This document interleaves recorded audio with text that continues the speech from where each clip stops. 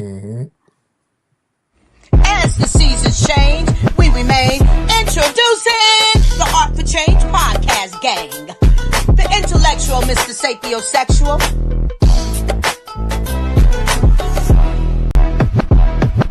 That's all you gotta do, be you.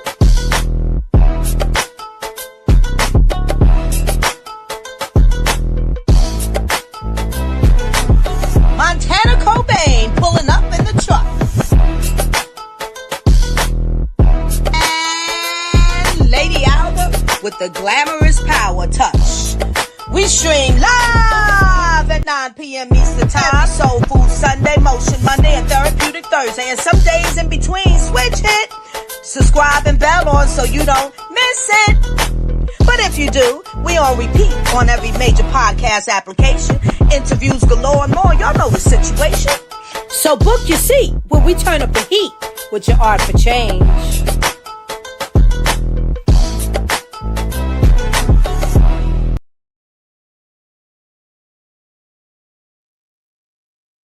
Hey, and we are live.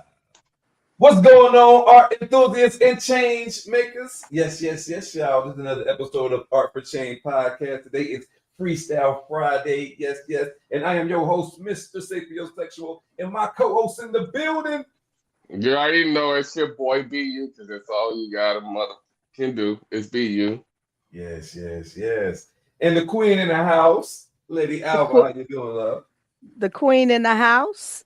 Every time BU introduce himself, it always makes me smile. I'm waiting to stop smiling. Like, why? Yes. Jersey, stand up. We got Jersey in the house. Hey, brother O's in the building. What's up, brother O? How you doing? How y'all doing? Yes. You know, man, I call my man brother O, man, but I'm gonna let him say his name so I don't butcher it. Tell the folks what your real name is, brother. It's Oman K. And Monkey, you've heard him. Yes, sir. So tonight we got Monkey in the show, man. We're gonna be talking about the current state of history and the changes within the Black history. You know what I mean? And jumping right out the building, we're gonna jump in the right question, like number one. Hold on, no. Before we do that, let me backtrack a little bit. How has everybody's day been today, man? All right. I had a good day. Actually, brother O, you back in the building because we had you on before. Yeah. So but today was a good day. It's Friday and then a long construction week. Weekends coming. It's Valentine's Day for y'all who are with your ladies. I'm here by myself. I'm lonely. But but happy Valentine's Day to the lady at home. Yeah, and everything. But other than that, it's been a good week, a good productive week. Yeah, and everything. What about you, Lady Ava? It was a good day. I'm gonna say every day is always a good day because the day is always good. How did I do in the day? Nice. That's the difference. I did pretty well today in the day. That's So good. That's good. Absolutely. Brother O, man, how was your day? My day was productive. It was busy but productive. So it was pretty good. That's what's up, man. What you been up to since the last time we had you on the show, my man? Shit, man. It's been a whole lot. Talk to us. Most recently, I've been hosting a workshop at the YMCA, trying to teach them health literacy to the melanated community, and I'm trying to expand it to like the county and whatnot. Yeah. So I gotta do like a health assessment. So that's a whole nother thing on its own. And then I've been having some relationship issues I was working through, and then I was dealing with stress and burnout, so I had to figure out like how to just take a break from everything and just to refocus. Yes. I think we talked about something similar to that on our last show, on a similar show. Like the couple shows ago about, what I'm saying, when we always trying to be in forward progression and trying to, get to that next pinnacle of success or whatever. But when do we take that rest period and that pause? So yeah, definitely understand. And it's needed too, man. Like as much as of us that want us Definitely. to get up every day and try to be the best version of ourselves. I think Lady Ava had hit it on the head on that show. She said we're not robots. Mm. Mhm. Mm-hmm. Mm-hmm. You know what I'm saying? A lot of times we may do things in repetition and seem robotic. In all actuality, we are in human form. Mm-hmm. That's definitely facts. It's it's jumping on to some of these questions we got. Can Lady I ask Ava, him a question? of course you can. All Hmm. right. What is, I mean, the term sounds like we can comprehend it, but give us more about it. Health literacy. That's what you said, right? Sure. Did I get it? Yeah. Hmm. So it's basically about understanding how we understand the healthcare system, essentially, whether we know the resources, the education, and how to go about to make a behavior choice that will lead to a healthy outcome. And Mm, right now, America is at 96% of people are health illiterate, and in New Jersey, it's about 90%.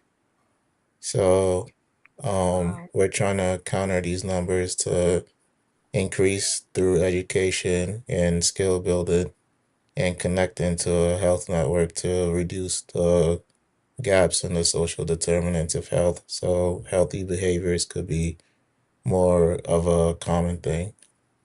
Mm-hmm. That's real good. That's real good. I like to hear more about that. Yeah, Thank you. that's real good. Mm-hmm. I could Absolutely. definitely share more. Yeah, Mm-hmm. yeah, yeah, yeah. Especially about health being wealth. You mentioned some large numbers there. You said almost 90% of Jersey and like and over 90% of America are health illiterate, meaning that they don't even know the resources that they may have, even if their funds is limited. You want to Mhm. about some of that for the people? Yeah, I could go into that. So basically, what tends to happen is about 80% of people are uninsured.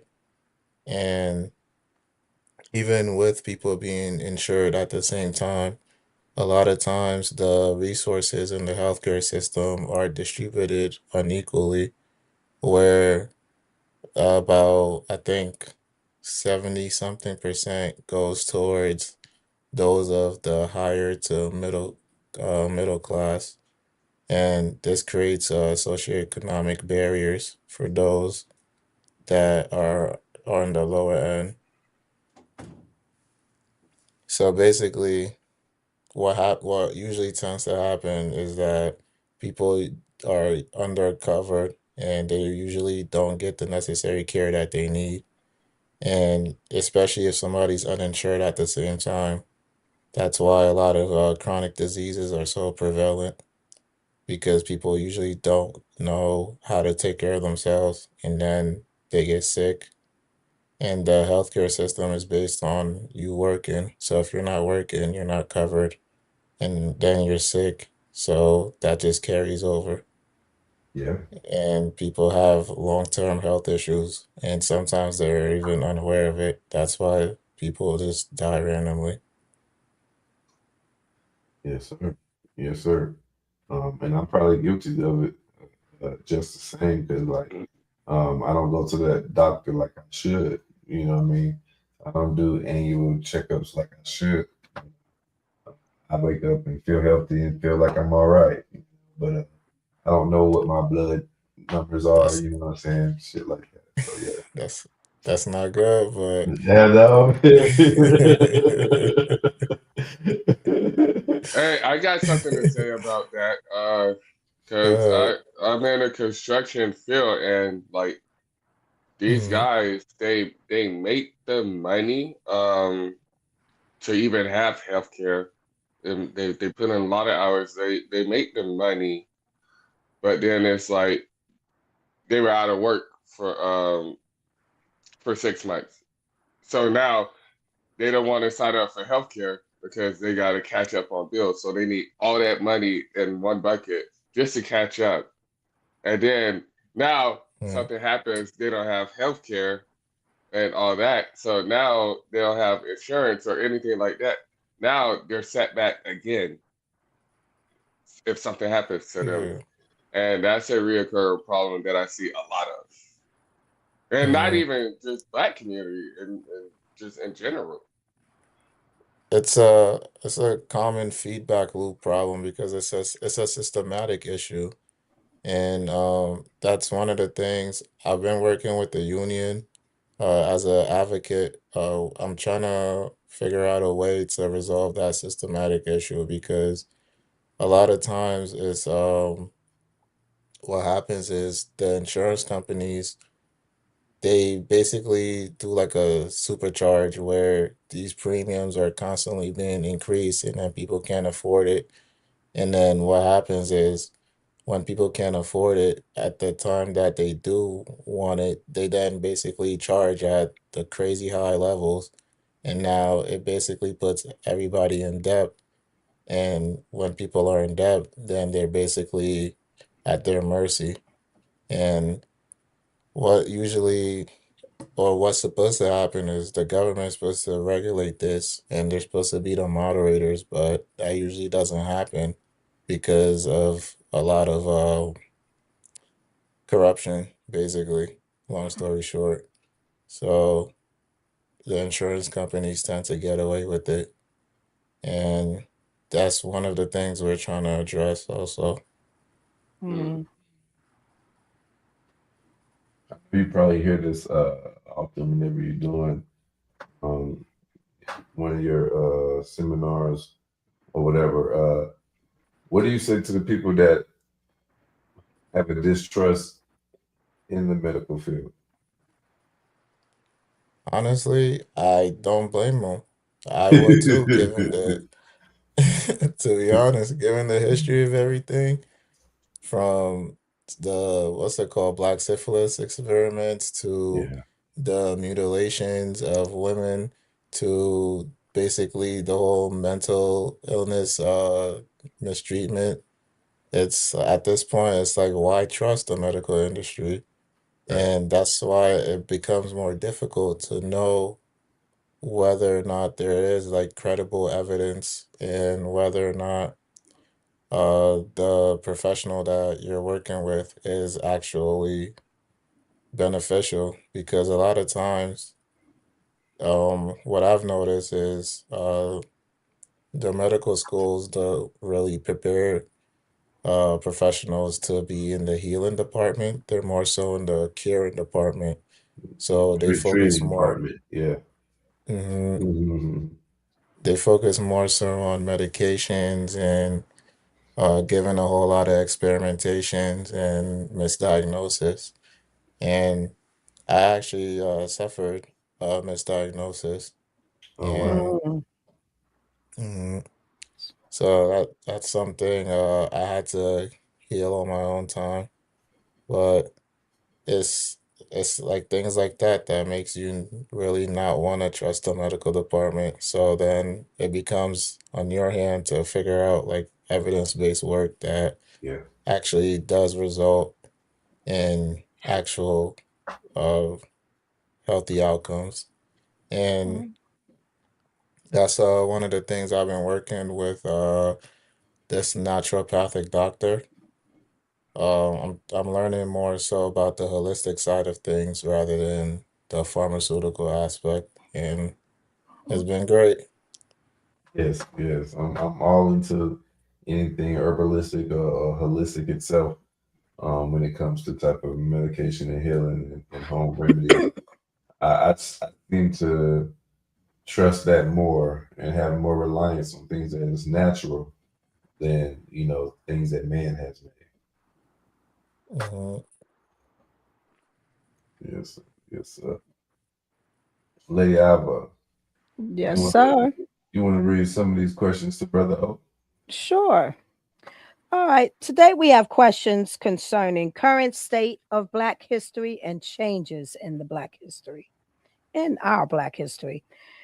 Question one: how has the teaching of Black history evolved in K-12, in K through 12 education over the past decade? Um, Honestly, I feel like until recently when Trump did his education ban, it seemed like more Black history was less so about the Dr. Kings and more so about the Malcolm X's, if you get my reference, where Dr. King's are more so the nonviolent and peaceful aspects of Black history, Mm-hmm. and Malcolm X's are the revolutionary. Aggressive. Mm-hmm. Mhm. Mm-hmm. You, And I feel, oh, go ahead. I just missed something. You said before Trump changed, so you felt it was better, or I missed Yeah, something. Uh huh. Okay. yeah, I felt like they started changing it from it being more so about like the peaceful side of Black Okay. history to Mm-hmm. more so like the gritty truth and the revolutionary aspects. Mm-hmm. Mm-hmm. And one thing that 2020 showed a lot of was that there's an outburst of what's it called, support for all forms of melanated and Black history. They were celebrating Kwame Nkrumah. Sorry, Mm-hmm. now I'm butchering his name. Kwame Nkrumah and Ibrahim Traore, and how what's it called? He's carrying his legacy and the various heroes throughout. What's it called? From the various Pan African revolutionaries and even Gaddafi too. So I feel like they've been expanding the Black history not just from the whole American aspect, but at a global level. So I'm actually proud of the K through 12 uh grades for that, because one thing that I've realized from what's it called, my nephew, and what I've seen so far from the high schoolers that I've seen from the college campuses are they seem to be a lot more conscious. Like they're more focused on understanding their culture and their past. So it seems like what they're teaching is actually being rewarded. Mm-hmm. Like, okay. Hey, that's refreshing to hear. Hmm. That's refreshing to hear. You know what I mean? Coming from someone who's on the inside. You know what I mean? So, but yes, like you said, up until recently, they trying to do a lot of bans on Black history and different things that they teach that was in Black history, which is still American history. Hmm. Mhm. What you got, BU? No, keep going, Lady Eva. Oh, okay. Question number two: what are the most significant recent legislative changes affecting how Black history is taught in the schools? I'm gonna be honest, I don't know the exact name of the legislation, Mm-hmm. but I do know that I could describe the fact that it was the one where it was at the university where they were told that they couldn't say the words black or history, and there was like certain specific words they couldn't say. And so the students couldn't really figure out how to like celebrate or how to express like appreciation for the month. And that kind of got me thinking, because it's like I feel like every day is Black History Month or every day is Black History Day, but at the same time people shouldn't focus so much on the words like black in history, but more so like what it represents and what it means. And I think that's what like the students are starting to realize. And that was a part of the whole concept of the melanated population that I was trying to create online because it's more so than just the words, but the actual meaning behind the words. Like, what does it mean to be black? What does it mean to be melanated? So it's like certain certain moments I feel like uh go beyond a legislative like perspective or a legislative viewpoint. So even though like they could put the law that they can't say it or they can't celebrate it, they could still figure out ways to unite together. I like that. I like that Thank you. answer. Hmm. You're Mhm. welcome. Yes, Thank You, you. man. You what keep you going, got? Lady. I got you. Well, I got a response to what he said. Yes, ma'am. So that's my response to the number two, piggybacking off of you on mine, K. Um, Okay. you made me think in a way, when you said the instead of focusing on like the history, know what it means. Mm-hmm. And it's something when black people want to fight for something to stay or have more of, but it's clear you want something that you don't even understand, that you're not even carrying. Mm-hmm. And then you mad when they talk about taking it away. Well, you're not utilizing it. You're not taking the torch from that history and walking Mm-hmm. in it. So it's very important. And I think that might make a difference because that kind of turns the clock back, though, right? I think to my generation when Yeah. I grew up, like to understand the Black history, understand Mm-hmm. what your great grandparents went through in the deep South, and then what your Mm-hmm. grandparents, most of them experienced some, but on a lighter level, and so forth and so on. Understand all these things, understand the sacrifices that were made, understand the importance of that you don't need this and that. What you need to do is build your mind. Mm-hmm. Yeah. That's definitely true. Hmm.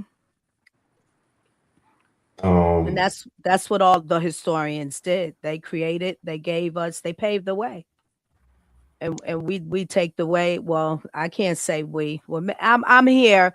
Maybe in some ways I participated that I can't necessarily pinpoint now because now I'm on a new journey. But we take it and treat it like it's nothing and go on and fight the wrong fight.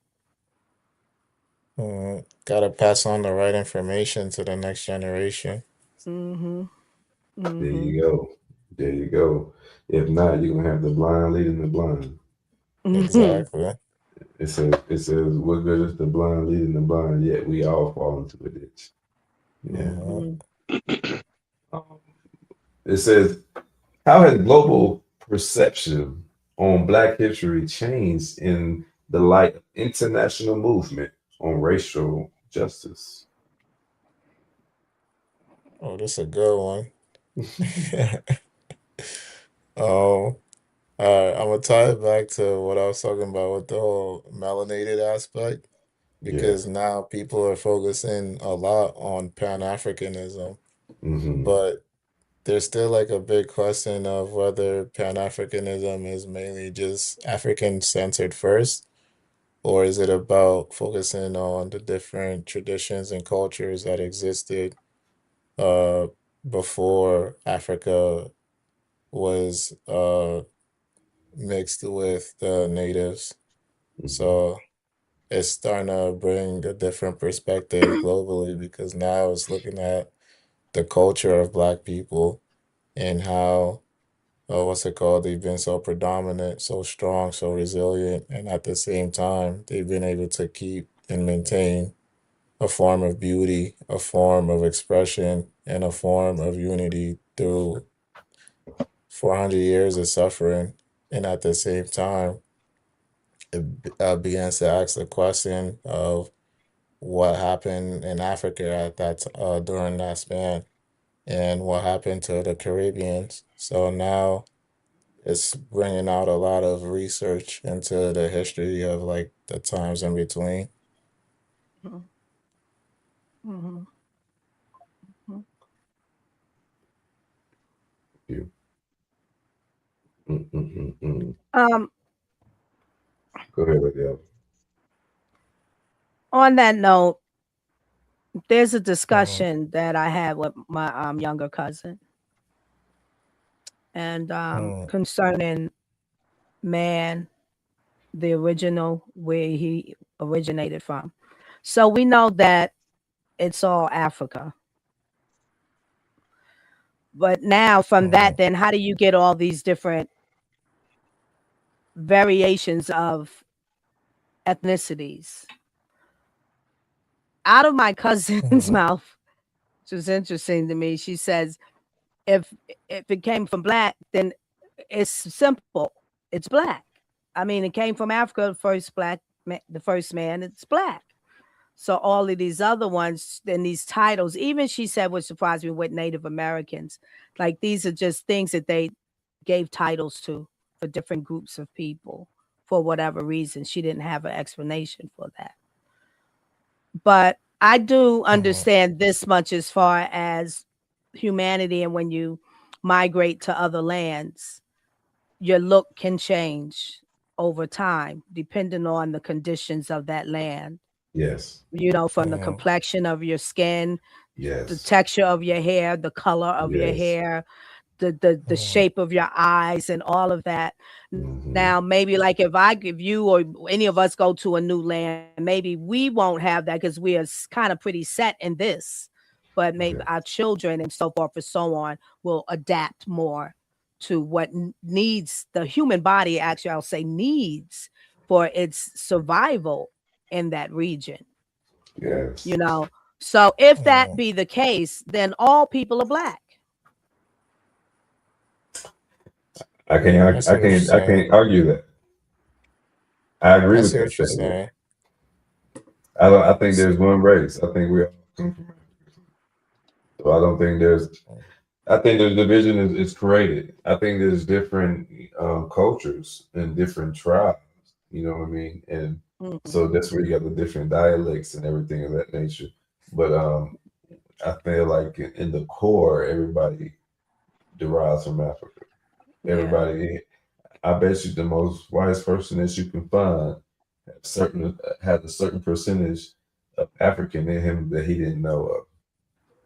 Even What? if it's That a funky 2%, that motherfucker, is yeah. it's in That there. has happened to some people, to some mhm, they found out that they had this African um Footprint. genealogy Yes. in them very strongly. But also let me add this, and I understand too that as you know, as you make something, you take one something and you produce more out of it. It's almost like a dilution starts to happen. And definitely like say when you go to different regions as this one race, and then the body adapts to whatever it has for this needs to adapt to for this region, well then you're just going to start making more of those prototypes, if you will, that now look like that. Yeah. So you mhm. understand, so now we think, oh, it's a whole nother race over there. No, it's the same race. It's just Different features. different Yes. features, and kind of, if you will, I don't have the proper word, lack of technical and expression, but it's like dilution happens, Not dilution. give me Evolution the happens. Well, evolution. Yeah. Okay. Yeah. Evolution. But Evolution I'm trying to happens. describe it in a way of like how something is diluted. You take something and keep breaking it down, keep breaking it down, keep breaking it down.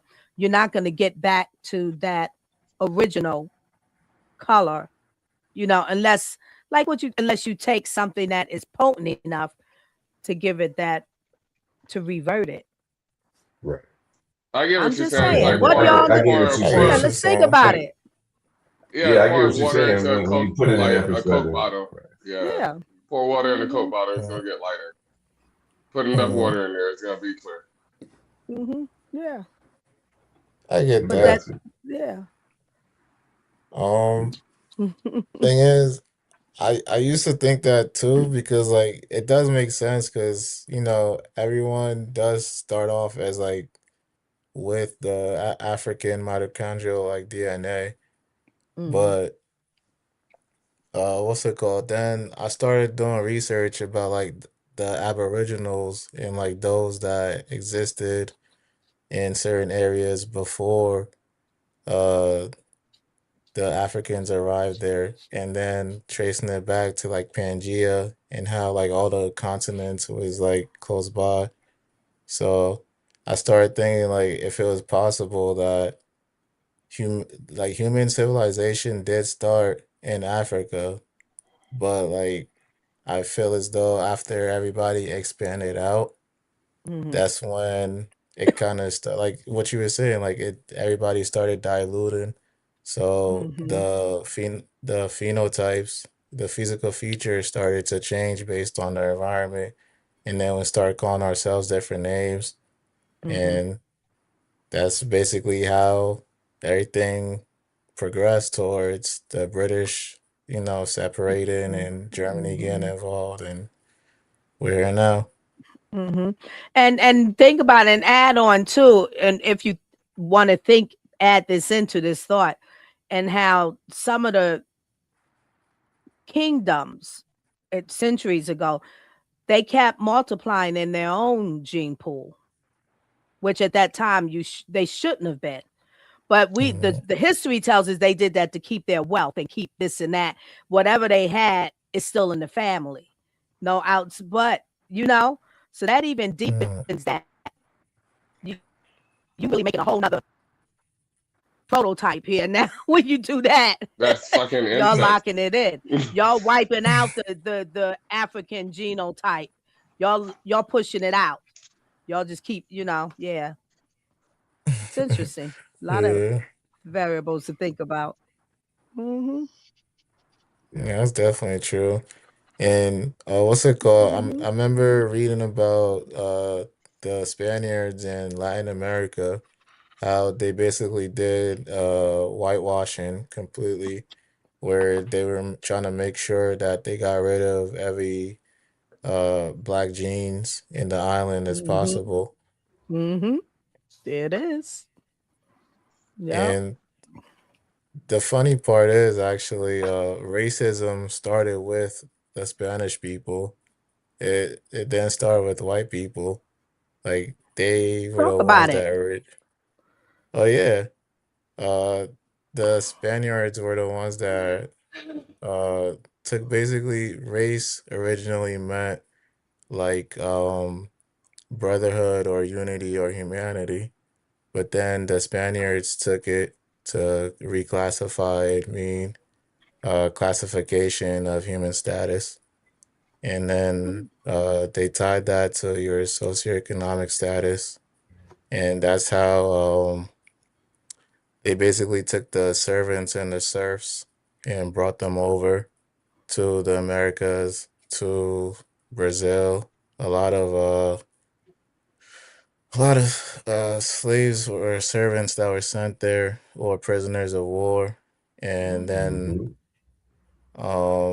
the Spaniards basically instituted race as the main form of separation, and then the Americans went and amplified it to be a dehumanization, which caused a lot of trauma. And what's it called? A book that I read called um I can't remember the name of it, but it was basically about how oh the slave syndrome, I feel The like it was slave called syndrome. the Okay. post-slave syndrome. The post-slave syndrome. Okay. Basically, it Read was that. about how a lot of the trauma that occurred resulted in a loss of identity, and a lot of Black Americans feel as though they can't look at each other or look at Africans or other melanated individuals and see themselves.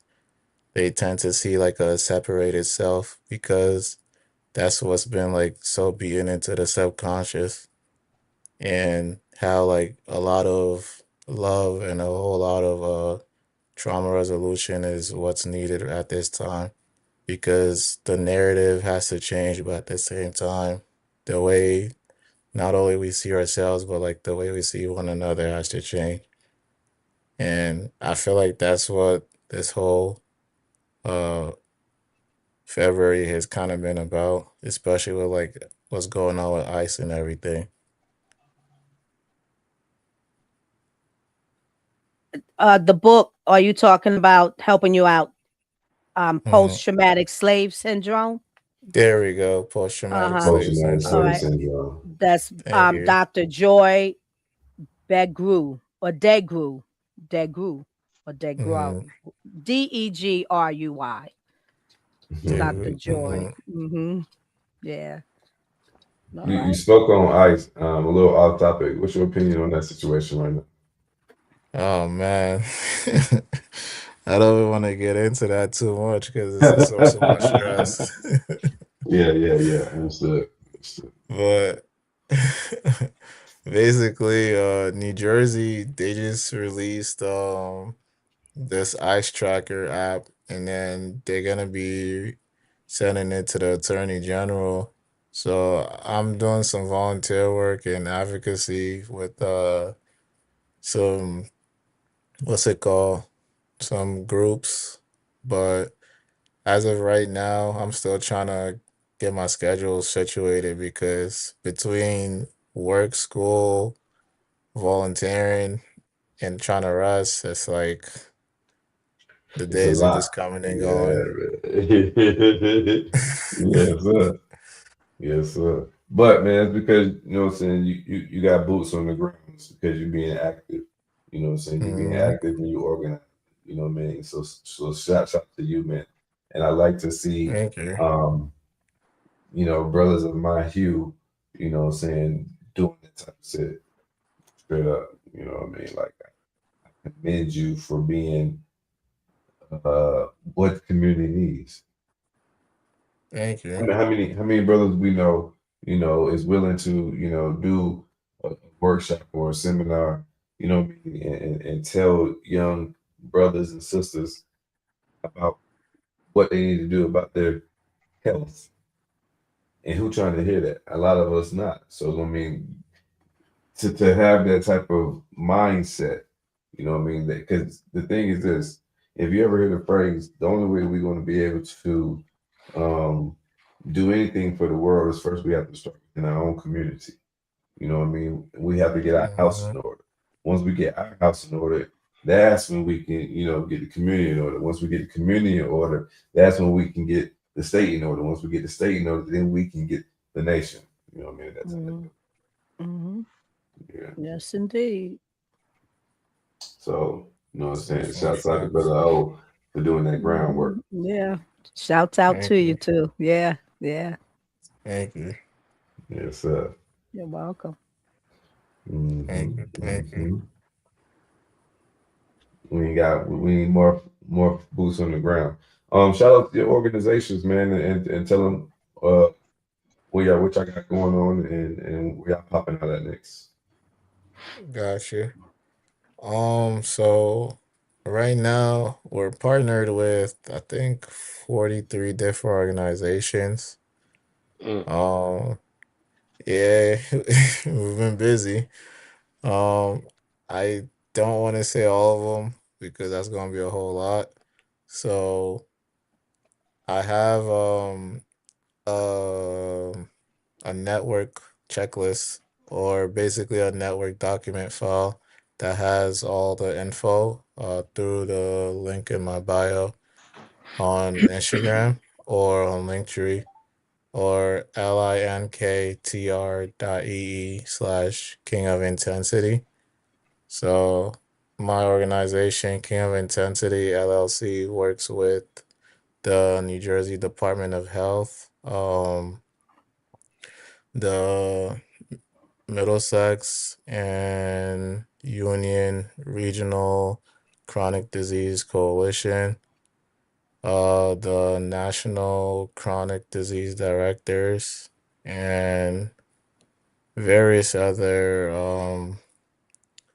non-governmental as well as professional health professionals and also creative professionals and different advocacy groups. So check us out and see if our network is good for you or if we could help out with healing chronic health or just do a creative event. Hmm. All right. Tell them your Instagram, brother, how they can find you. Got you. My I was gonna just Instagram jump in and is say, I'm gonna let the hummingbirds know to come check you out for sure. Alright, thank you. The hummingbirds is gonna check you out for sure. Thank you. Yeah, My you're Instagram welcome. is thank you. My Instagram is King of Intensity LLC. My other Instagram, I'm always changing the name of it, but let's see. This time it's see you in a week. See you in a week. Hey, why you be changing the name so much? Because honestly, I just be in a different mood each week, so whatever mood I'm in is like my theme. So I Like try that. like yeah. Like that. Like I that. try to focus on that. Oh yeah, Okay. I do gotta say, I am releasing a song. This is something that like I just started working on, but Okay. Hmm. Okay. thank you, Okay. thank you. We Hmm. singing, we rapping, what we What doing? genre? Yeah, that's what I Yeah. was Uh, going there. it's like a mix between rap and Afro beats. It's Ah, Okay. okay. it's a reply Okay. to Thames' Big Daddy. Reply to So Tim's Big Okay. Daddy. yeah. Wow. No vocals. You ain't got no snippet for us, nothing? As far as vocals, I'm not really much of a singer, but as far as snippets, I could say a little sign that's on there.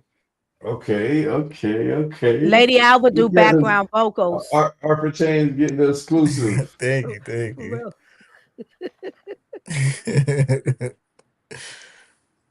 All right. Why you always running, mama? Why you always testing my stamina? You know you like it when I call you thick mama. Say it slow, thick mama. You running through my mind all day, 16 hours, no break. Taking 2/3 of my life, and I'm okay. You the reason I align. Body fine, but it's your mind. When I love you, I'm tender. Guard your heart, I surrender. You Mm. give me peace. You give me fire. Make a lazy man aspire. All right. Yeah, That's yeah, yeah, yeah. Yes, Uh-huh. Okay. sir. Yes, sir. A I few like little what you bars, little saying. something, something. I So a like the little something, message. something for the people. thank Yeah. Did you, you thank say you, thank 69? Hey, all right. Yes, Did you yes, say he did. 69? Hey, All right. little something hot for right before Valentine's Uh, Day for the folks. Yeah. yeah, you that's what know? I was getting to, mister. Hey, this some freaky shit going on. Man, my brother got set up for the lady for Valentine's Day tomorrow, man. Gotta celebrate, gotta celebrate. Got to celebrate, bro. We got to celebrate. Yeah, absolutely, man.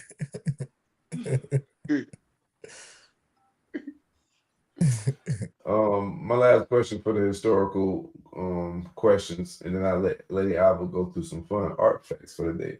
How do recent historical documentaries contribute to the understanding of Black history amongst younger generations? Repeat that question, please. That's a good one. Um, I s- she said she would repeat it for her, so I repeat it for her. I said, how do recent historical documentaries contribute to the understanding of Black history among younger generations? That's a good one. Yeah. Um, hmm. I feel like younger generations are in search of truth, so they're looking for more truth in the documentaries that they're watching because the streaming services are what's mainly offered these days, as well as YouTube. So they're gonna be on there a lot. And take for example Diddy's documentary that 50 Cent launched that showed a lot of truth that's going on in Hollywood. And as we're finding out with the Epstein files and everything, it's a whole lot of fucked up shit that's happening that people are basically ignoring and just throwing under the rug. And I feel like the younger generation is looking to know the truth of what's the actual fucked up shit because they want to avoid it. That's why we're seeing a lot of doing protests and we're seeing them in the streets more and they're volunteering. They're actually a lot more involved than the past generation behind them was. And like you referenced before, Lady Alva, it's like time has gone backwards. They're going back to your generation and having Yes. that insight of not only wanting to know the truth, but also how to change things because Absolutely. they know that they're at risk. And we're dealing with basically pedophiles that are looking to eat kids. And Yeah. yeah, no one Mhm. wants to make that a normal thing. So I feel like Right. the kids are just trying to protect themselves. Facts. Mhm. Yeah. Facts. From Hmm. from from very Mhm. high people that sit high places who have money, who are some very sick people Yeah. Yeah. who Hmm. have For sure. very dark fantasies. Mhm. Yeah. Yeah. I have a response to that question. I think it's a plus, it's an additive, it's a good help. Because the foundation of that strong foundation that the black culture had of the parents, grandparents, the elders being teachers to the family and whatever family to come is very, very weak. It's very weak. And that's a good this is a help that there are people who are giving documentaries of black history, um, giving some truth telling a lot of it, and to help the generations who didn't come from that or didn't get really the great nourishment of these things, they can still get it. So, it's digitalized, it's filmized, it's archived, it's all those things. It's for them to just put their eyes on it and listen. Yeah. So I think Something it's a good help. something Hmm. you said sparked a question, lady. What did I just And say? the collective can answer this. Anyone that feels compelled to reply. Do you think? Do you think that the reason why our generations have stirred away so much is because the grandparents' age has decreased so much? Do you think that's why you Mm. see so many misguided younger individuals that don't have no mind for the lack of words? When you say the grandparents' age has decreased, you mean their grandparents Like, are young? What do you mean? no, Yes, the ma'am. 35-year Yes, olds ma'am. have Like decreased. there we go. Yes. Yeah, What? that's what What? it What? is. I didn't hear it. 35-year-old, like 35 Yeah, year old right. grandparents. Then he was gonna say that. Yeah, younger, because that's okay. It could. I think it's a variable that has a negative effect. Um, It's kids raising kids. because, but kids have always raised kids in the black culture. Deep South, they having babies at 12, 13, and 14, married. You know, but the way of life was different. The mindset was different. The whole foundation was so different. And The definition of look, a kid imagine was different. at 14, like you're literally now you're living like of an adult life, what we call an adult life. And they were much more responsible. They didn't have all these other tangible things to go out and play with, to be distracted with. So I think that it is a variable that has its negative parts of it in that aspect. Yeah. I think the definition of a kid was just different back then. Like a kid at 14, just like she said, but what long story short, definition of a kid was way different. Like I was a kid at 8 years old taking care of my 1 year old sister, like, and they were more advanced than me back then, further back then. And Mister, Mister, you would take care of house of kids at 12. Yeah. Yeah. Yeah. So Yeah. the definition was just different and it changes. Yeah. I think the more we seem to think we come out of a struggle, we give more freedom to that definition of what being a kid is and transitioning out of being a kid. Because some people are kids for too long. Like I believe always stay a kid in your heart. But your whole parts is too much of a kid. With the mindset is not being developed right. I don't know. It's a tragedy. It really is. Yeah. There's a verse in the Bible that said, "When I was a boy, I did as a boy and thought as a boy, but when I became a man, I put away my childish ways." So Mm-hmm. so at some point, we do have to develop and start making some grown up decisions. You know what I mean? Mm-hmm. And that is, checking up on our health, taking care of ourselves, because health is wealth. You know what I mean? Watching what we eat, Mm-hmm. watching that blood pressure, watching that sugar intake, making sure that you're drinking water. That shit not funny. Like a lot of people don't drink water, and it's very important for you. It's essential to your body. You know what I mean? So yeah. To add on to all of this, I think this is a good concept. When we're children, we play on one board, or maybe we might have various boards that we play. Yeah, through the growth of a child. So when you come to an adult, and that's fun. We had fun as children. But if we can train our minds to know that once I get a certain age, or once I get to this point, now the board is going to change. We know that most parents tell their children that. Have fun with that board too.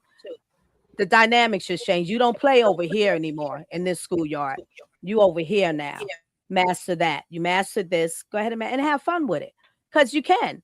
Life is fun. I remember there was things that I couldn't wait to do that I saw my mother do. Like I literally couldn't wait to sit down and have my checkbook with the checks in it and write out a check and it's on time. And I was feeling good. Like that was a celebration for me. So you got it. Yeah. So it's a new season. So make it fun. It's not like, oh my gosh. Well, stop complaining. It's your new season. Enjoy that you can do it and get it done. That's definitely true. And to add on to that, I used to study the theory of play, and play is basically how we develop. And they say play is like how a person is in flow, how a person gets closest to God. So basically, play is everything. I like And a that. lot of times, yeah, a lot of times, like we only learn how to play as children. We don't learn how to play as adults. And the game of adults is a whole different game than the game of being a child. So it's like you gotta learn how to play as an adult. Yeah. Yeah. When you say the play is everything, the play of a child still ties into an adult. If you pay attention, I say to my kids, what I'm thinking of. Okay, let's say stacking. It's 2 carts in my house where I keep it, and somewhere in a corner of my living room, right? It's a smaller one, a big one. So I already told like my son how I want these cards to stay. But he puts them differently from time to time. Just yesterday, I see the small one is here, the tall one, and both of them should sit on the floor upside down, wheels up, side by side. The small one is on the floor, and he put the big one that on top of the handle on top of a box that I have there. So it's like this. This is small one, this one. So I said, when you were in school and y'all took pictures, did the tall person stand in the front or the back? In the back. So you take those basic school playground or elementary concepts that we learned about height and alike. You use it the same. Why would you do that now? Like, visually, it doesn't make any sense. So I think that's what I see. Like, people don't realize that that's what you were learning that carries you through your life. It's that development. Yeah. But I don't know. Some people throw it away, or maybe you realize, because my son is he's 19 now. Or then you realize as a parent, I thought, I guess he wasn't paying attention when he was in grade school. That's how it goes. Hey, hold up. You say you weren't paying attention in grade school. What we say is start at home. Listen, I thought he was paying attention. I saw the grades. I did the work with him. He either threw it away, or he either threw it away, and he was faking it. He did. Hey, he good at something. Yeah.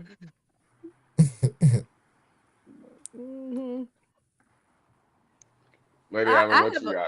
I got a question. I think it's the question of the week. Probably gonna be the question of the whole month.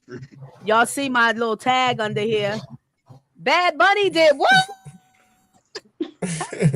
I want to hear y'all. I want to hear y'all perspectives on that. If you want me to give you mine first, I will. So, let me give me mine first in case there's a difference. First. I don't want to say like I'm trying to win or I did something. Anyway, initially I didn't watch the Super Bowl. I didn't see the halftime. I watched clips of it after all of this happened. I don't follow football like that unless the family's watching. I'm kind of forced. I'm in it, mingling. But at first, that's exactly what I said. He did what? What? A full Spanish performance at the Super Bowl? Oh, that's different. That ain't never happened. And Bad Bunny did.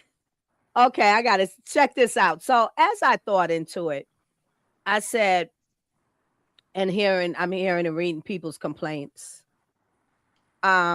He did a wonderful thing. I think he did a wonderful thing. He topped it. He leveled up for the Latin culture, because we all have to be honest about this and stop the nonsense. I'm not talking to y'all out there. We have loved the Latin culture and their creativity, their arts, and everything that they have been given over the years. We follow them. Some of them we call our icons, or I love that one. I love acting, theater, movies, dance, rap, comedians. All of this. We follow. We love them. So Bad Bunny just took it to the next level and said, "Here you go, full Latin," and it was lovely. I thought it was awesome. What are we complaining about? I think it shows that we're America. I think we show that we're the land of opportunity. You know what I mean? And diversity. And united we stand. That's what I think Bad Bunny's doing a performance in full Spanish shows. Especially, man, at the height of and the immigration round with ICE. I think that's bullshit. But we'll talk about that on another show. Yeah. Brother man, before we get you up out of here, is there anything that you want to touch on or bring to the light while we got you, bro? I just want to say I stand with the Latin community as well. They're all part of the melanated people, Absolutely. and Absolutely. mhm. And what Bad Bunny did was basically unite the Latin community. When right now, basically Trump is attacking all the Latin Americans and Mm-hmm. making them the central part of immigration. And they're attacking Cuba, they're attacking Venezuela, they're Mm-hmm. attacking, I think they were also attacking Mexico too. So Trump has Nearby been, countries where brown hmm people are. hmm And so, man, when they done messing, I don't mean to cut you out, brother. When they done messing with them, who do you think they coming for?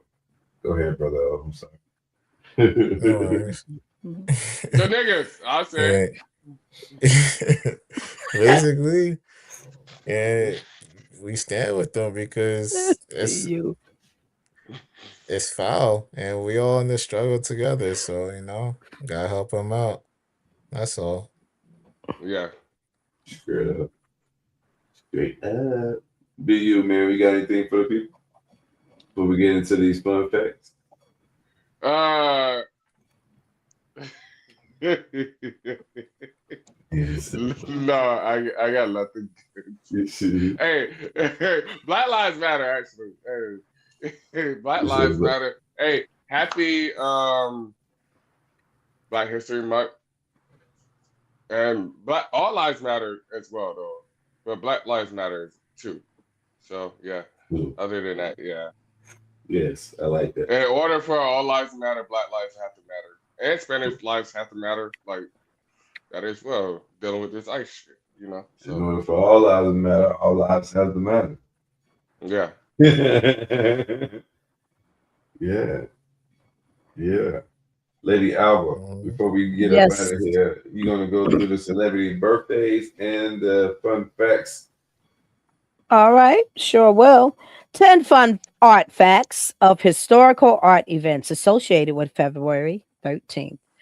1967, American researchers discovered the Madrid Codices by Leonardo da Vinci, recovering lost notebooks filled with over 2,000 pages of notes and drawings on various subjects, including mechanics and hydraulics. 2008, a seminar titled Fragano- Fragonards. Fragonards, Yeah. Fragonards, Allegories of Love and Early Romanticism in France was held at the Getty Center, exploring the works of Jean-Henri Fragonard.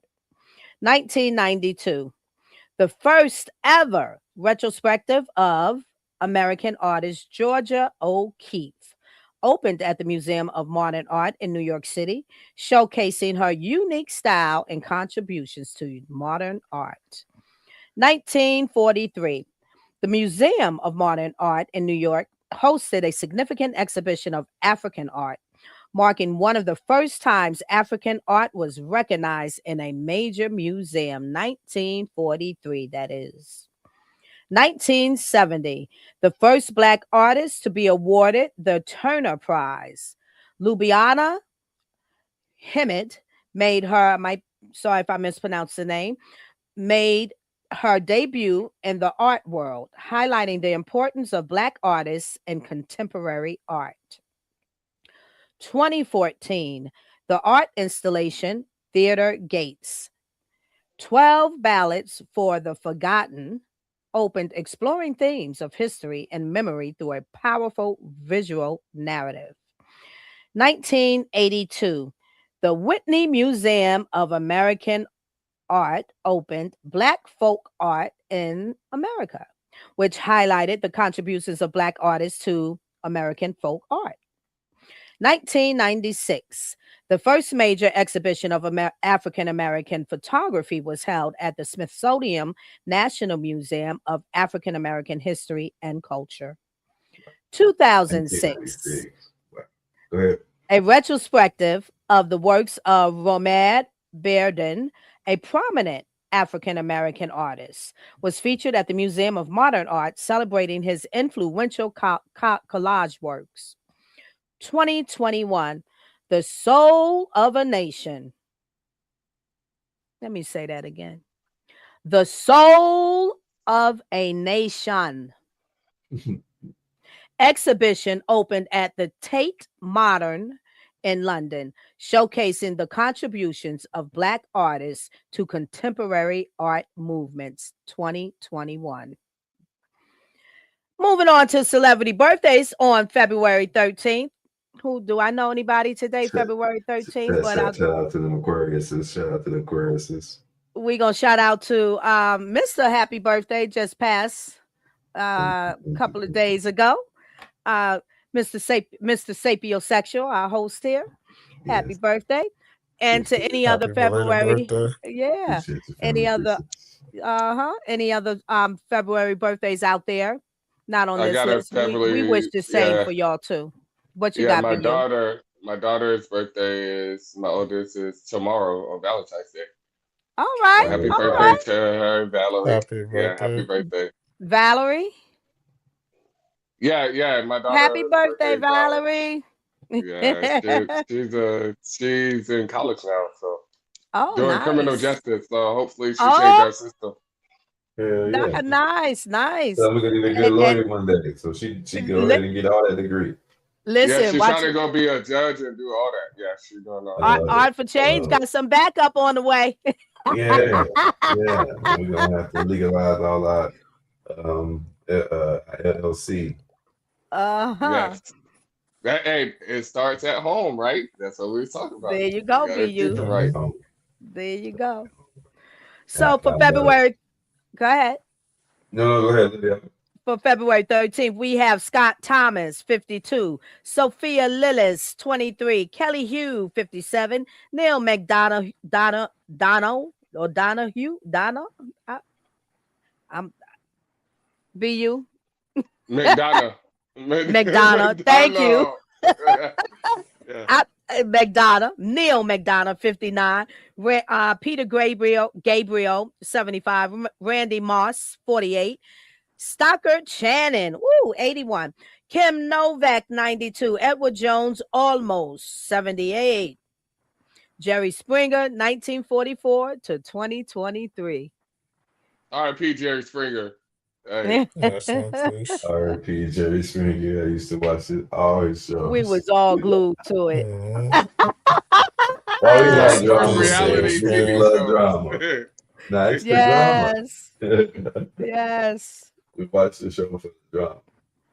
Man, brother, oh man, it has been a pleasure kicking it with you, man, and filling in some of these questions that people needed to know. Before we let you go, one more time, I need you to run your socials for the people, tell the people where they can find you, and give the people something positive before we start up out of here. Got you. So you go follow me on IG at King of Intensity LLC or Banky. I realized that's the the username I use.